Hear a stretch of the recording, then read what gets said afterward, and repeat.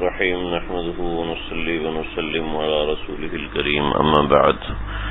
آج ہمارا سبق جو شروع ہو رہا ہے وہ کتاب الصرف سے شروع ہو رہا ہے. کتاب البیوع ہمارا مکمل ہو گیا، صرف کی ابتدا ہو رہی ہے. بے کے اندر، کتاب البیوع کے اندر بیع المال بالمال، مبادلۃ المال بالمال تھا، اور مبادلۃ المال میں ایک طرف مال ہوتا تھا، دوسری طرف ثمن ہوتا تھا. کتاب البیوع مکمل ہوا، یہاں سے کتاب الصرف شروع ہو رہا ہے. صرف کے اندر دونوں طرف اسمان ہوتے ہیں، یعنی دونوں طرف ثمن ہوتا ہے. چنانچہ ہے تو مبادلہ مال، لیکن ایک طرف مال نہیں ہے بلکہ دونوں طرف ثمن ہے. جب دونوں طرف ثمن ہے تو اس کا معاملہ بھی الگ ہے، حکم بھی الگ ہے. دیکھو مصنف کیا فرما رہے ہیں، صرف کیا ہوتا ہے.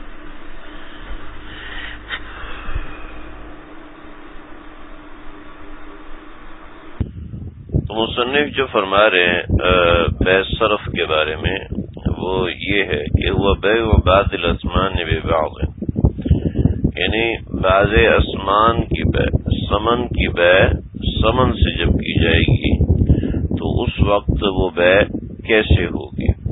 تو یہ اس کی پہلے نمبر پہ تعریف ہے. کتاب الصرف کے اندر 10 باتیں ہیں، 10 چیزیں ہیں جو کتاب الصرف کے اندر ہم نے پڑھی. 10 میں محاورتاً نہیں بول رہا، 10 میں تعداد کے اعتبار سے بتا رہا ہوں. تو سب سے پہلی چیز اس باب کے اندر ہے ہوا بیع بعض الاسمان ببعض، بعض ثمن کی بیع بعض ثمن سے.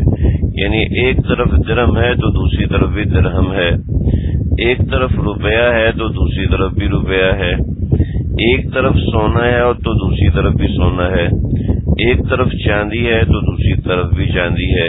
تو بیع بعض الاسمان ببعض، بعض ثمن کی بیع بعض ثمن کے ساتھ ہونا. آپ کو کہ سر جی یہ کیا بات ہے، اس کا فائدہ کیا ہے؟ سونے کی بیع سونے کے ساتھ ہو، اس کا کیا فائدہ ہے؟ دیکھو جب آپ پریکٹیکل مارکیٹ میں جاؤ گے، باہر کی دنیا میں جاؤ گے اور باہر کی دنیا کو دیکھو گے تو آپ کو یہ چیز نظر بھی آئے گی، سمجھ بھی آئے گی، اور اس چیز کے حالات آپ کے سامنے پیش آئیں گے. جیسے ہم باہر ملک جاتے ہیں تو ہم پاکستان کا روپیہ دیتے ہیں اور باہر ملک کا روپیہ لیتے ہیں، ٹھیک ہے نا. تو جب وہاں کا روپیہ ہم لیتے ہیں اور یہاں کا روپیہ ہم دیتے ہیں تو روپیہ بھی ثمن ہے اور ان کا روپیہ بھی ثمن ہے. اس میں کچھ احکامات مرتب ہوتے ہیں، آگے آ رہے ہیں.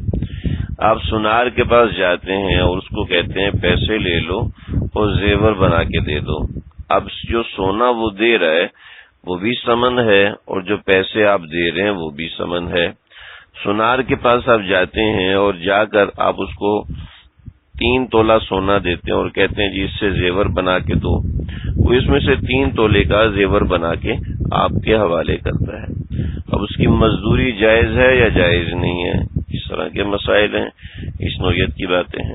آج کل کی مارکیٹ میں بیع صرف، صرافہ بازار، جیولرز حضرات، یہ حضرات عام طور پر بہت سی چیزیں ایسے کر رہے ہوتے ہیں جو کہ شریعت کے بالکل خلاف ہوتی ہیں.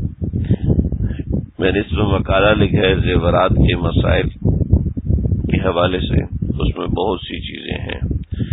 بہرحال موقع ہو تو اس کو دیکھ لیجئے گا، اس میں بڑے فائدے کی چیزیں ہیں، فائدے کی باتیں ہیں. تو بہرحال اچھا جی دیکھو بھائی، تعریف ہوگی بیع بعض الاسمان ببعض، کہ بعض ثمن کی بیع بعض ثمن کے ساتھ. ٹھیک ہے، اس کی میں نے چند ایک مثالیں آپ کو بتا دی. اس میں دیکھو بنیادی طور پہ سمجھ لینا 2 شرطیں ہوتی ہیں.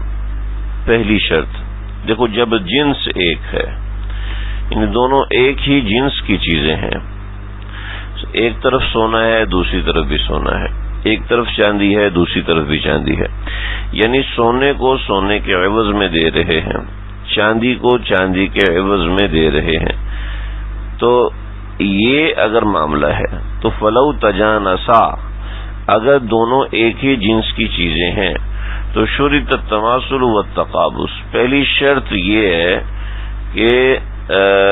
کہ تماثل ہونا چاہیے، برابر سرابر ہونا چاہیے. یعنی اگر 24 کیرٹ کا سونا ہے، اس کے عوض میں 8 کیرٹ کا سونا لے رہے ہیں، تو اب یہاں پر برابر ہونا شرط ہے. 8 کیرٹ سونے کا ریٹ ہے 70,000 روپیہ اور 24 کیرٹ سونے کا ریٹ ہے 1.5 لاکھ روپیہ، یعنی دونوں میں آدھا آدھا فرق ہے. لیکن اگر سونے کا تبادلہ سونے سے کر رہے ہیں، سونے کی بے سونے سے کر رہے ہیں، تو تماثل شرط ہے، یعنی برابری ہونا شرط ہے. چنانچہ اس کو سمجھ لیں، 24 کیرٹ یہ سونے کی ایک قسم ہوتی ہے، ٹھیک ہے. والتقابض، اور یدن بیدن، یعنی اسی وقت قبضہ ضروری ہے، اسی وقت قبضہ ضروری ہے. اگر قبضہ نہ ہوا تو بے باطل ہو جائے گی. وَإِنِ اخْتَلَفَا جَوْدَةً وَصِيَاغَةً، اگرچہ دونوں خوبی میں بھی برابر ہیں اور گھڑت میں بھی برابر ہیں. معذرت، ان اختلافا، اگرچہ دونوں خوبی میں بھی مختلف ہیں اور گھڑت میں بھی مختلف ہیں، یعنی ایک گولڈ بار ہے اور دوسرا زیور ہے، تو یہ گھڑت ہے. ٹھیک ہے، گھڑت سمجھ لو نا، یعنی ایک گولڈ کی بار بنی ہوئی ہے، ایک سکہ بنا ہوا ہے گولڈ کا، اور ایک پین بنا ہوا ہے گولڈ کا. ٹھیک ہے، ایک گولڈ کا زیور بنا ہوا ہے، دوسری طرف گولڈ کی گھڑی بنی ہوئی ہے. ٹھیک ہے، تو گھڑت میں اگرچہ فرق ہے لیکن دونوں برابر ہونے چاہیے. جودتن، دونوں خوبی کے اندر، ایک سونا ہے 24 کیرٹ کا، دوسرا سونا ہے 17 کیرٹ کا، تو ان دونوں میں اوپر اور نیچے ہونے میں جو اختلاف ہے، یہ اختلاف تماثل کے حوالے سے معتبر نہیں ہوگا. یعنی تماثل ہوگا کیونکہ آپ علیہ السلام نے فرمایا کہ جیدھا و ردیھا سوا. آپ علیہ السلام نے فرمایا کہ اس کا جید اور اس کا ردی جو ہے یہ دونوں برابر ہیں، لہذا اس میں یہ معاملہ ہوگا. الا شرط التقابض، ہاں اگر جنس الگ ہے تو پھر تماثل ضروری نہیں ہے. یعنی ایک طرف سونا ہے اور دوسری طرف چاندی ہے، تو سونا 1 کلو ہے اور چاندی 3 کلو ہے، کوئی بات نہیں. دونوں الگ الگ ہیں، کوئی بات نہیں، لیکن اسی مجلس میں قبضہ ہونا شرط ہے. قبضہ نہیں ہوگا تو یہ بے صحیح سمجھی نہیں چاہیے. اسی کے اوپر ایک تفریق کر رہا ہے. یہ دوسرا مسئلہ ہے. یعنی پہلی بات تعریف کی تھی، تعریف بیان ہو گئی. اب اس کے بعد اگلا مسئلہ یہاں پر احکام کا بیان کیا. چنانچہ احکام کے اندر بات بالکل واضح ہو گئی. اب اس کی کچھ تفریح کر رہے ہیں. تفریح مطلب یہ ہوتا ہے کہ اس کی وضاحت کے لیے ایک مسئلہ بھیج رہے ہیں. وَلَوْ بَاعَ الذَّهَبَ بِالذَّهَبِ مُجَازِفَةً، اگر سونے اور چاندی کو اندازے سے بیچا، سونے کو چاندی کے عوض میں اندازے سے بیچا، تو اب کیا ہے جی؟ صحیح ہونے کے لیے کیا شرط ہے؟ یہ صحیح ہے. فرمایا صح ان تقابضا فی المجلس، صحیح ہے اگر مجلس میں دونوں نے قبضہ کر لیا. اگر مجلس میں قبضہ نہیں کیا تو صحیح نہیں ہے. ٹھیک ہے جی. اچھا، یہ ایک حکم ہو گیا. دوسرا حکم دیکھو، قبضے سے پہلے صرف کے اندر، بے صرف کے اندر قبضے سے پہلے کسی ایک ثمن میں تصرف کرنا جائز نہیں ہے. یہ بتا رہے ہیں ولا يصح التصرف في الثمن الصرف قبل قبضه، ثمن صرف کے اندر قبضے سے پہلے تصرف جائز نہیں. میں کہتا ہوں نیک محمد بھائی، آپ نا مجھ سے چاندی لے لو اور یہ والا سونا مجھے دے دو. آپ نے کہا ٹھیک ہے. ہم دونوں بیٹھے ہوئے ہیں، میں نے سونا آپ کے حوالے کیا اور میں نے احمد بھائی سے کہا کہ احمد بھائی یار تم اپنی بکری دے دو، تم اپنی بکری مجھے دے دو اور یہ جو چاندی ہے نا یہ تم اس سے وصول کر لینا. تو اب کیا ہے، اب میں نے اس چاندی پر اس سونے پر قبضہ نہیں کیا، لیکن اس کے باوجود قبضے سے پہلے میں تصرف کر رہا ہوں، یہ درست نہیں ہے. آگے ایک اور مسئلہ کہ فلو باع دینارم بدرہم، اگر دینار کو درہم کے عوض بھیجا. دیکھو اسی کی مثال بیان کر رہے ہیں تصرف کی. فلو باع دینارا بدرہم، اگر دینار کو درہم کے بدلے میں بیچا، واشترا بها ثوبا، اور اس سے کپڑا خریدا، ٹھیک ہے، تو فسد البیع الثوب، تو ثوب کی بیع یعنی کپڑے کی بیع اس میں فاسد ہو جائے گی. کیوں؟ فلو باع دینارا بدرہم، دینار کو درہم کے عوض میں بیچا ہے، واشترا به ثوبا، اور پھر اسی درہم سے، یعنی دینار دیا ہے، درہم آپ مجھے ملنے ہیں، اور نیک محمد بھائی کے پاس درہم رکھے ہوئے بڑے چمک رہے ہیں، بڑے خوبصورت لگ رہے ہیں، تو میں نے احمد بھائی سے کہا بھائی اس سے کپڑا لے لو اور پیسے جو ہے وہ اس سے وصول کر لینا. تو واشترا به ثوبا، اور میں نے کپڑا خریدا بغیر قبضہ سے پہلے، تو فسد بیع الثوب، کپڑے کی بیع باطل ہو جائے گی، اس لیے کہ قبضے سے پہلے تصرف درست نہیں ہے. دیکھو یہاں تک دو مسئلے ہو گئے، ایک حکم بیان ہو گیا اور ایک تعریف بیان ہو گئی. تیسرا مسئلہ دیکھو جی، بڑا مزیدار مسئلہ ہے، اس کے دو تین جز ہیں، اس کو سمجھ لینا، بہت مزیدار ہے. دیکھو ایک شخص جب اموال ربویہ اموال غیر ربویہ کے ساتھ مل جائے، جیسے بطور مثال آپ نے گھڑی بیچی ہے اور گھڑی کے اوپر سونا لگا ہوا ہے، تو اموال ربویہ اور اموال غیر ربویہ دونوں مل گئے، ٹھیک ہے، آپس میں جڑے ہوئے ہیں. ٹھیک ہے، آپ نے موبائل بیچا، اس کے اوپر سونے کی کیسنگ لگی ہوئی ہے، اموال ربویہ اموال غیر ربویہ آپس میں مل گئے. آپ نے کتاب بیچی اور اس کے اوپر سونے کا کام ہوا پڑا ہے، اموال ربویہ اور اموال غیر ربویہ، یعنی سمن کو کہتے ہیں اموال ربویہ. سونا سمن ہے، اموال ربویہ میں سے ہے، چاندی سمن ہے، اموال ربویہ میں سے، روپیہ سمن ہے، اموال ربویہ میں سے ہے.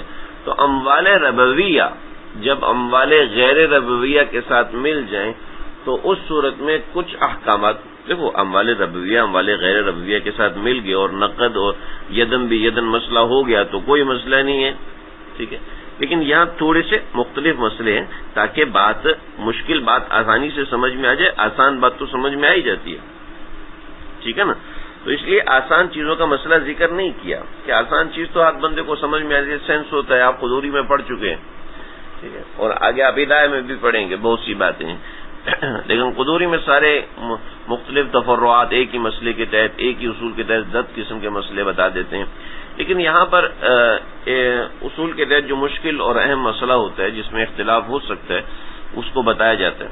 دیکھو جی، ایک آدمی نے باندی بیچی ہے اور باندی بیچی ایسے ہے کہ اس باندی کے گلے میں سونے کا ہار تھا، اس کو ہنسلی کہتے ہیں لیکن آج کل کے زمانے میں ہار ہی کہا جائے گا. تو اس صورت میں کیا مسئلہ ہے؟ دیکھو ایک باندی بیچی میں نے، اس کے گلے میں سونے کا ہار ہے، تو میں نے کیا کہا، میں نے مشتری سے کہا دیکھو ہار اور باندی ان دونوں کی قیمت 1,000 روپے ہے، ٹھیک ہے. اب اس نے احمد بھائی کہتا ہے یار مجھے تو چاہیے باندی، لو جی 1,000 روپیہ لو، بکے بعد میں دوں گا. تو اب کیا کیا جائے گا؟ دیکھو مسلمان کا کوئی بھی عمل بغیر حکمت کے خالی نہیں ہوتا، ٹھیک ہے، اور مسلمان کا کوئی بھی عمل شریعت کے اندر حتی الامکان عبث اور زائد شمار نہیں کیا جاتا. فقہا اس بات کا بہت زیادہ خیال رکھتے ہیں کہ اس چیز کو سمجھا جائے اور اس چیز کے حوالے سے دیکھا جائے. چنانچہ یہاں پر فرمایا کہ جو اموال ربویہ ہے ان کی بیع کیسی ہوتی ہے؟ ان کی بیع مثلاً بھی مسرین ہوتی ہے اور یدن بھی یدن ہوتی ہے، اور اگر جنس الگ ہے تو یدن بھی یدن ہونا ضروری ہے. تو اب اس نے کیا کہا، اس نے 1,000 روپیہ دیا. جب 1,000 روپیہ دیا اور ہار بھی 1,000 کا ہے، باندی بھی 1,000 کی ہے، تو اس 1,000 کو ہار کی طرف متوجہ کر دیا جائے گا، یہ کہہ رہے ہیں، تاکہ یہ بیع نافذ ہو جائے. کیونکہ اگر ادھار کریں گے تو وہ تو بیع جائز ہی نہیں ہے نا، سمجھے. وَلَوْ بَاعَ أَمَةً مَعَ طَوْقٍ، اما کو بیچا، باندی کو بیچا اپنے ہار کے ساتھ، قیمت کل 1,000، اور دونوں کی قیمت 1,000 ہے، ب2,000، اب دونوں کی قیمت ملا کے 2,000 ہے، ٹھیک ہے. وَنَقَدَ مِنَ الثَّمَنِ 1,000، اور سمن میں سے 1,000 روپے اس نے دے دیے نقد کے طور پہ. فَهُوَ ثَمَنُ الطَّوْقِ، تو یہ ہار کا سمن ہے، ٹھیک ہے جی، یہ ہار کا سمن ہے، ہار کی طرف متوجہ اس کو کر دیا جائے گا، باندی کا کی قیمت ادھار ہو جائے گی۔ وَإِنِ اشْتَرَاهَا بِأَلْفَيْنِ، اگر اس نے یہ کہا کہ میں باندی معتوق 2000 کی بیچ رہا ہوں، پہلے مسئلے میں کیا تھا؟ لو باع امۃ معتوق قیمت کل 1000، ہر ایک کی قیمت 1000 ہے۔ اب اس نے کیا کہا؟ اس نے یہ کہا ان اشتراها ب2000، فروخت کیا اس باندی کو 2000 کے عوض، ٹھیک ہے، اور اس کے ساتھ اس کا توق بھی ہے، یہاں دونوں کی قیمت الگ نہیں کی، ٹھیک ہے۔ 1000 نقد و 1000 نصیحۃ، 1000 اس نے نقد دے دیا، 1000 اس نے، تو فالنقد ثمن التوق، تو نقد جو ہے پوری باندی اور ہار کا معاملہ نہیں ہوگا، بلکہ نقد صرف توق کی قیمت متعین کی جائے گی۔ دونوں مسئلوں میں تھوڑا سا ایک باریک سا فرق ہے۔ پہلے مسئلے میں باندی کی قیمت 1000 الگ تھی، اس کی قیمت 1000 الگ تھی۔ یہاں پر 2000 باندی کے ساتھ ہار اور باندی مکس ہیں، تو جو 1000 ہے اس کو ہار کی قیمت کی طرف متوجہ کر دیا جائے گا، کیونکہ اس میں تماثل شرط نہیں ہے، مطلب بقیہ پیسے باندی کی طرف لوٹا دیے جائیں گے۔ تو یہ بات واضح ہے، کوئی اتنی مشکل بات نہیں ہے، تھوڑا سا باریک سا فرق ہے۔ اچھا جی دیکھو، اسی کے ساتھ کا ایک اور مسئلہ ہے، مسئلہ نمبر 3 ہم پڑھ رہے ہیں۔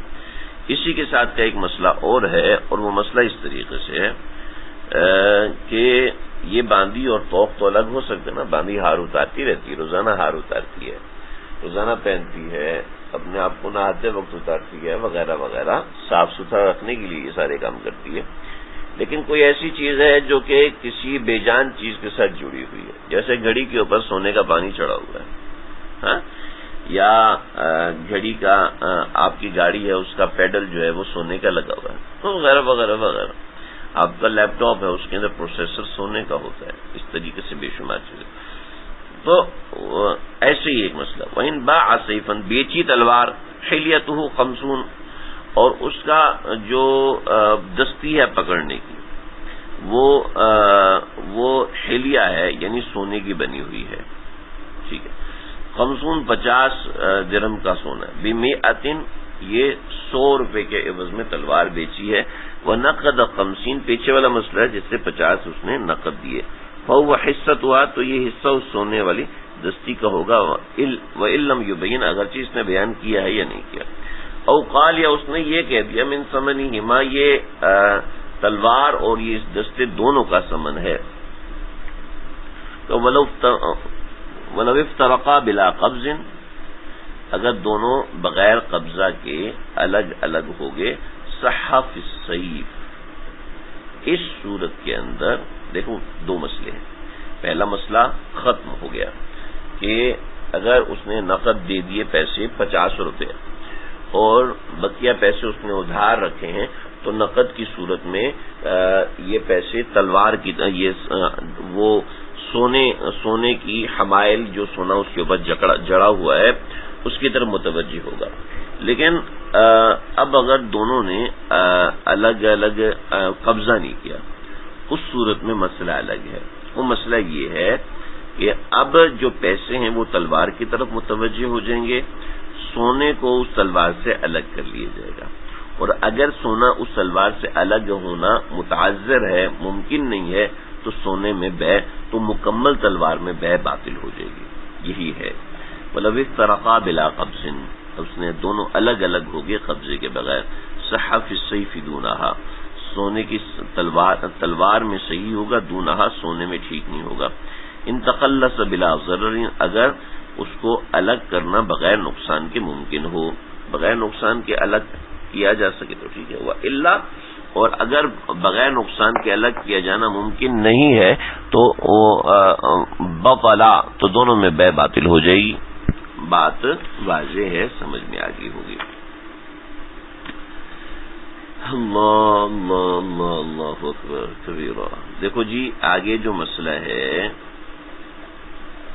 وہ مکس چیز کا نہیں ہے۔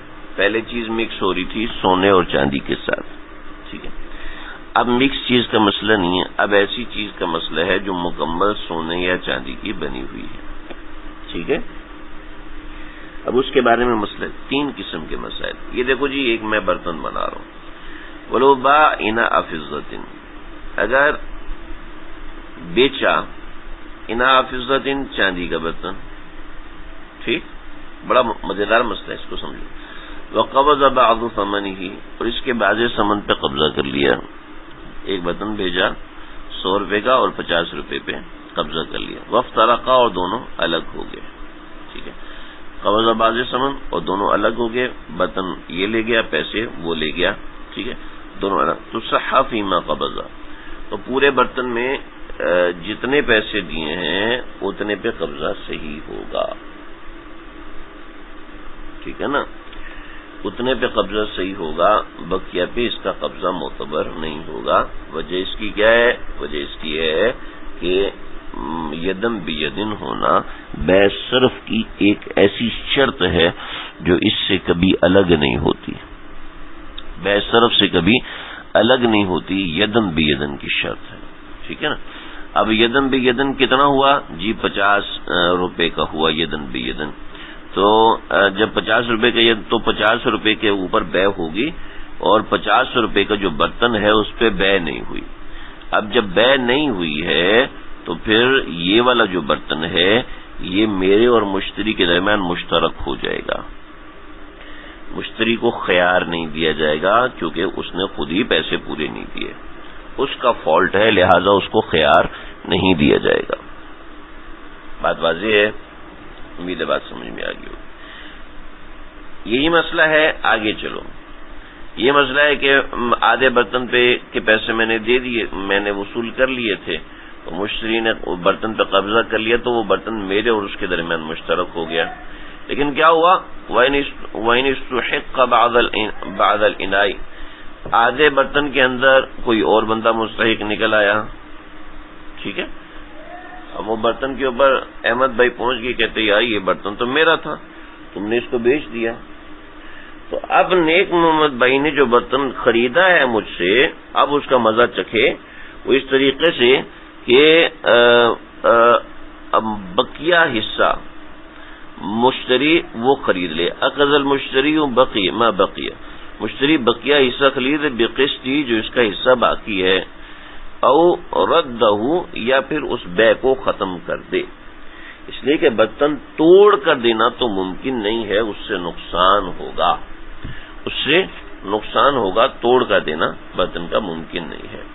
لیکن اگر یہی مسئلہ ایک چاندی کے ٹکڑے میں آ گیا، سونے کے پگھلے ہوئے ٹکڑے میں آ گیا، دیکھو پہلے جو مسئلہ میں نے بتایا کہ ایک ٹکڑا میں نے خریدا، میں نے بیچا احمد بھائی کو، احمد بھائی چلو احمد بھائی ناراض ہو رہے ہیں، عبدالسمیع بھائی کو، عبدالسمیع بھائی کو میں نے بیچا ہے 100 روپے کا، اور عبدالسمیع نے مجھے 50 روپیہ دیا، تو یہ ٹکڑا میرے اور اس کے درمیان آدھا آدھا ہو جائے گا، ٹھیک ہے جی، یعنی آدھا اس کا ہوگا اور آدھا میرا ہوگا۔ لیکن اب بات کیا ہوئی؟ بات یہ ہوئی کہ اس ٹکڑے میں کوئی مستحق نکل آیا، تو کیا ہے، اب مشتری کو پچھلے مسئلے میں، برتن والے مسئلے میں خیار مل رہا تھا، اس مسئلے میں مشتری کو خیار نہیں دیا جائے گا۔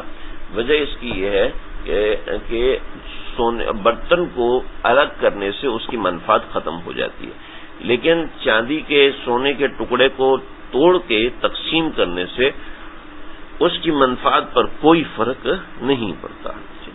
وَلَوْ بَاعَ قَطْعَةَ نُقْرَةٍ، اس نے بیچا نقرہ کا ایک ٹکڑا، یعنی سونے چاندی کا ایک ٹکڑا، ٹھیک ہے، فَاسْتُحِقَّ بَعْضُهَا، اور بعض آدمی اس کا مستحق نکل آیا، أَخَذَ مَا بَقِيَ بِقِسْطِهِ، تو وہ لے گا جو اس کے پاس باقی ہے اپنے حصے کے عوض، بلا خیار، بغیر خیار کے۔ پچھلے مسئلے میں خیار تھا، اس مسئلے میں خیار نہیں ہے، وجہ میں نے بتا دی، ٹھیک ہے جی۔ یہ 4 مسئلے ہمارے پورے ہوئے، اب 5واں مسئلہ سمجھو،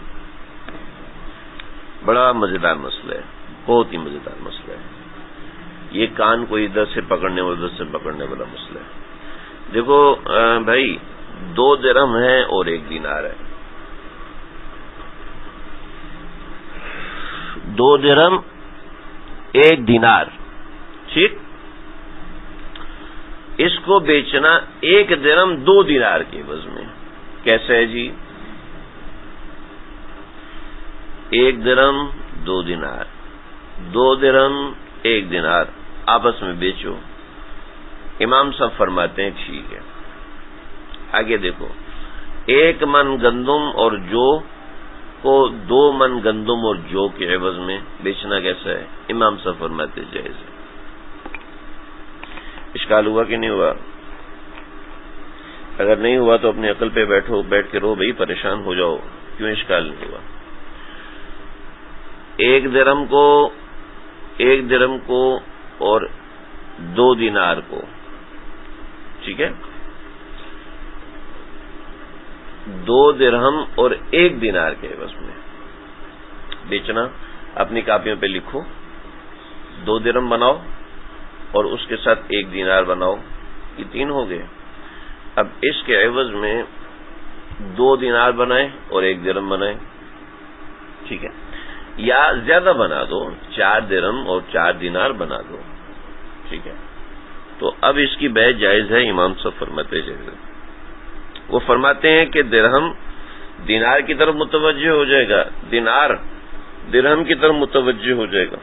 اب تفاضل جائز ہے، ٹھیک ہے. گندم اور جو، 1 من گندم تھی 1 من جو تھی، اس کو 10 من گندم اور 10 من جو کے عوض میں بیچا کہ جو گندم کے عوض میں آ جائے گی اور گندم جو کے عوض میں آ جائے گی.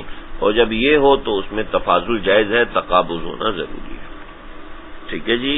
یہ دیکھو، صح بیع درہمین و دینار، درہمین اور دینار کی بیع، 2 درہم اور 1 دینار کی بیع، بدرہمین 1 درہم کے عوض اور 2 دینار کے عوض میں جائز ہے.